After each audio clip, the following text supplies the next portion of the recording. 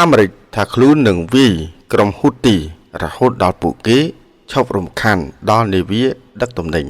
លើកនេះច្បាស់ហើយរដ្ឋមន្ត្រីការពារជាតិអាមេរិកបានបញ្ជាក់ថាយុទ្ធសាស្ត្រយោធារបស់ខ្លួនវាយប្រហារលើមូលដ្ឋានរបស់ក្រុមហ៊ូទីនៅយេម៉ែននឹងបន្តធ្វើឥតកាលកំណត់រហូតដល់ក្រុមនេះស្រែកចាចនិងលើកដៃសុំចចាញ់រៀងចាលលែងហ៊ានប៉ះពាល់នាវាដឹកទំនិញរបស់អាមេរិកនៅសមុទ្រក្រហមតទៅទៀតកាលពីជំនាន់លោក Biden ក៏ធ្លាប់វាយប្រហារក្រុមហ៊ូទីដែរក៏ប៉ុន្តែវាយតិចហើយមិនស្លាប់មនុស្សច្រើនដល់ថ្នាក់នេះទេរបាយការណ៍ចុងក្រោយបានបង្ហាញថា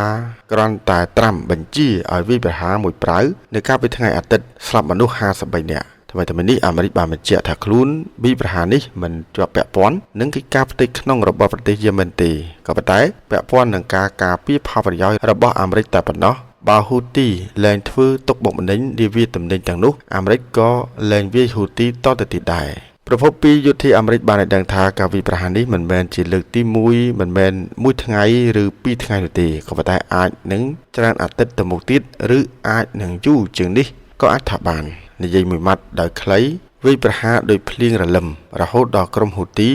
លែងធ្វើទុកកប៉ាល់ទំនិញតទៅទៀតបើដូច្នេះមែនក្រុមហ៊ូទីអាចនឹងរងផលប៉ះពាល់ធ្ងន់ធ្ងរជាមិនខានស្រួលកម្លាំងយោធារបស់ហ៊ូទីអាចនឹងរង្គោះរង្គើ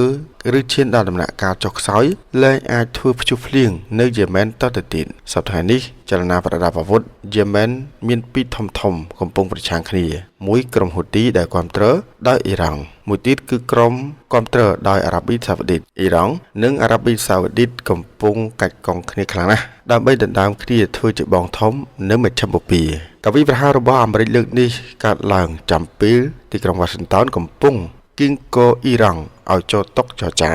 តាមពិតទៅការរំខានរបស់ក្រុមហ៊ូទីនៅសមុទ្រក្រហមមិនមែនតែលើកប៉ាល់ដឹកទំនិញរបស់អាមេរិកប៉ុណ្ណោះទេក៏ប៉ុន្តែពួកគេវាយប្រហារដោយឥតរើសមុខសូម្បីតែនាវារបស់ចិនដែលជាសម្ព័ន្ធមិត្តរបស់អ៊ីរ៉ង់មេបងធំក្រុមហ៊ូទីក៏វាយប្រហារឲ្យតែហ៊ានបើកកាត់តំបន់ត្រួតត្រារបស់ពួកគេ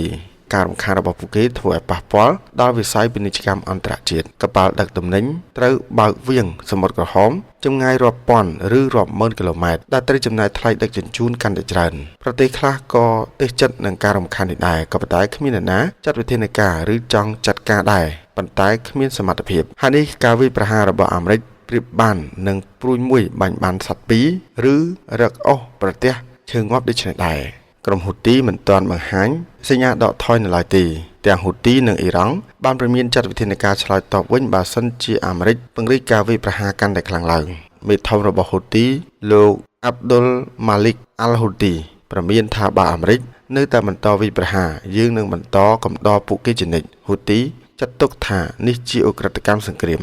ប្រតិកម្មចាប់ផ្ដើមកើតមានជាបណ្ដា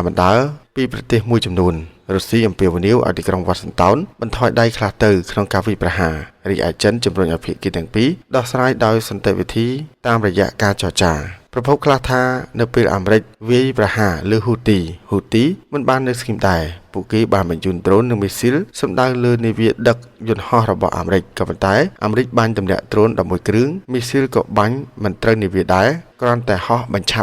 តែប៉ុណ្ណោះ